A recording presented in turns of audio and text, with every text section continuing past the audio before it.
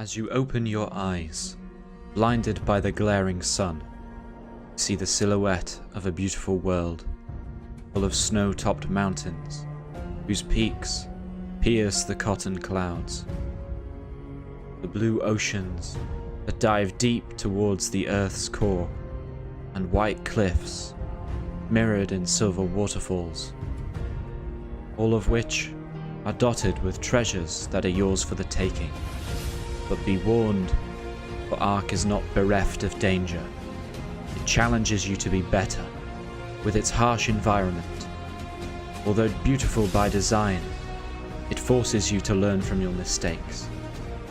From even the smallest of bugs to the largest of dinosaurs, everything is a danger.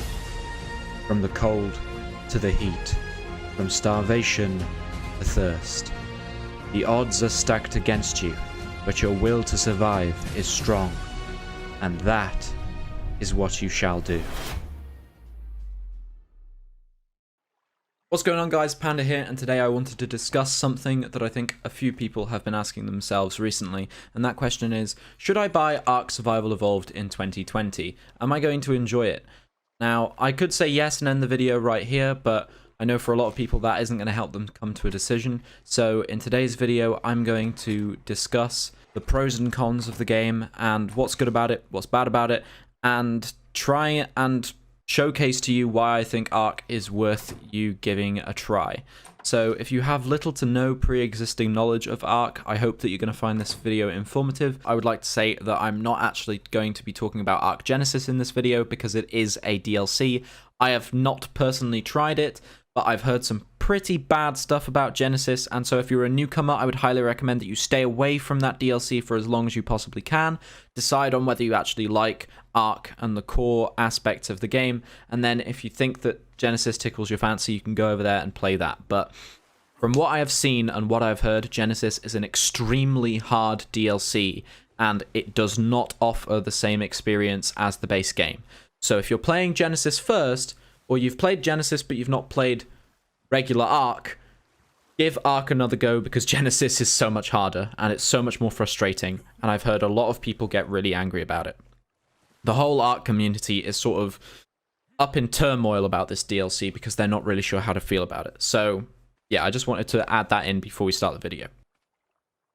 Just quickly before I get into any of my main points, I would like to establish that I do not own nor have I played either of the console editions of the game, and therefore I can't comment on them specifically, but from what I've heard, they're pretty goddamn good ports, and you're not missing any of the content that you would be getting on the PC version if you're playing the console version. So what I've heard is very, very good, but don't take my word for it because I personally haven't played it, so I wouldn't be able to tell you if there was anything missing. But there's lots of videos online that you can find about that, and I'm sure that there's someone out there who can give you full details on the console version. And without further ado, let's get right into it.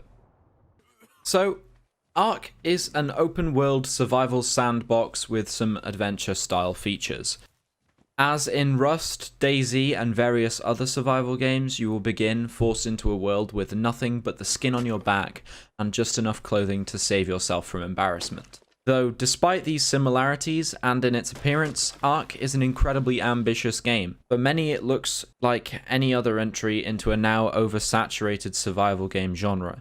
But you'll quickly come to realize that that's not the case. Should you invest the time, the game will see you progress from a naked man with a spear prowling around on a beach to futuristic Power Ranger with your own fortress and dinosaurs as pets. It's a challenging experience though, and if you're expecting to be able to just hop in game, play for minimal hours at a time, and find yourself wielding immense power within the week, then you're sorely mistaken. One of ARK's most notable features is its grind. Resource gathering and creature taming takes a long time, and I should imagine that for a lot of people this is what dissuades them from playing it. However, that doesn't have to be the case. There are many features in the game, such as resource gathering and taming, that can be altered for a much quicker and less grindy experience. There are many servers with increased taming and gathering speeds, which streamlines the advancement of the players, making for a more fluid and interesting gameplay experience. should you choose to, you could host your own server, provided you have the money, of course.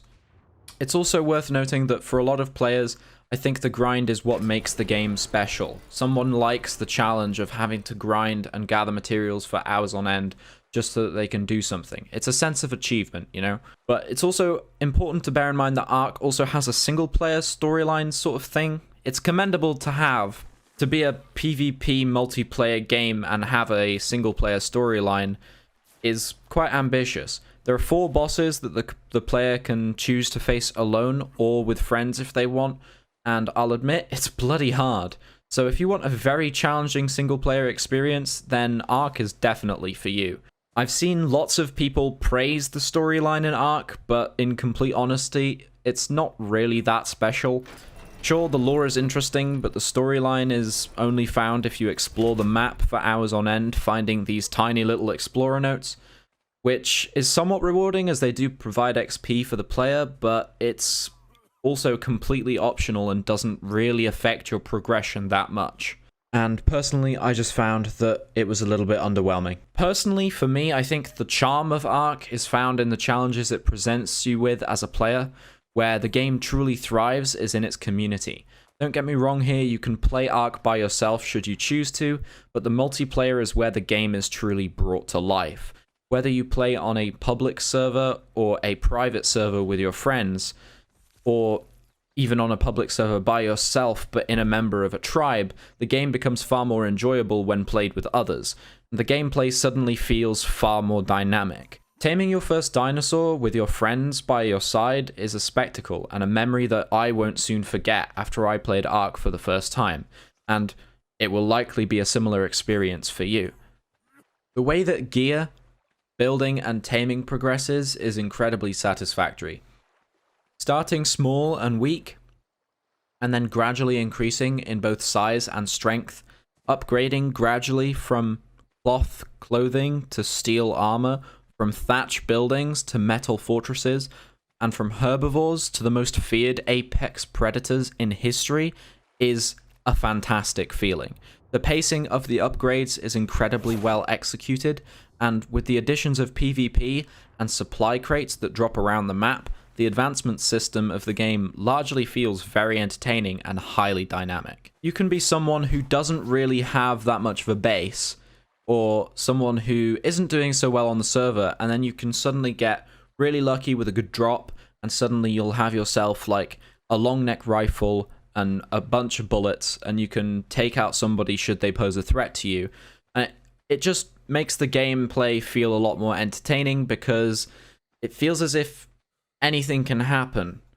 It's not so out there that you could become the most powerful player on the server with one supply crate. It's nothing like that. It's just little nice additions to the game that help you they help you along the way. They're not immensely impactful, but they're nice to have, you know?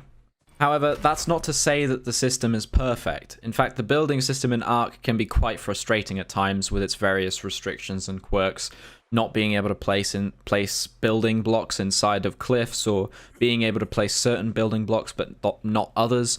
It's a little bit annoying. But with time and experience, you'll get used to it and you won't be running into those problems anywhere near as often. The combat can feel quite clunky at times, which is slightly off-putting, but it's not really that impactful either. The midpoint of the game is arguably the most frustrating, as it becomes almost vital at that point to possess certain dinosaurs or creatures should you want to progress effectively. Else you'll be faced with a grind wall the size of Mount Everest.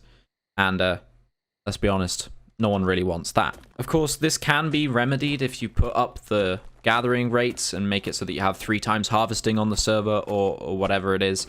But it's still somewhat of a chore, even if you do have that, for the newer players who are unaware of how or in what manner they should aim to progress. So it's not exactly a new player-friendly game, but it is a lot of fun once you sort of get an understanding of what's going on. Should you have bought and played ARK a year or 2 ago, you probably would have run into some bugs and issues almost immediately. and they somewhat soured the gameplay experience, such as poorly designed maps, missing textures, glitches, poorly coded dino AI, the list goes on. But all of these issues that I just mentioned and more have been drastically improved upon since its launch in 2017, and by 2020 it is pretty pristine. It's not amazing, and it's not completely perfect, but it's getting there. And shout out to the developers for actually taking note of what their community have been saying and trying their best to fix as many problems as possible. I feel like I should take a moment to applaud them for making that effort. However, it is also important to remember that although they have been improved massively, they are still present in some areas, and as such, you should be wary of them. None of the bugs are game-breaking, however, they can cause you some minor annoyances while you play. Fortunately for ARK, the majority of its issues are minor and can be solved by the player themselves through modding or simply playing the game differently and learning where these issues lie and just avoiding them. Learning where, when, and why glitches happen is the best asset for an ARK player, as it means that they should know what to do and know what they shouldn't do. So, do I think ARK is worth playing in 2020? Yes, I do. Maybe I'm slightly biased when I say that, but I do genuinely think that if you like the look of this game, and you think that riding dinosaurs would be cool, building your own base would be cool, and all of that, I think you would like this game. Sure, it has some imperfections, but I love the game despite them, because the sense of reward that the game provides you with is enough for me to look past those issues.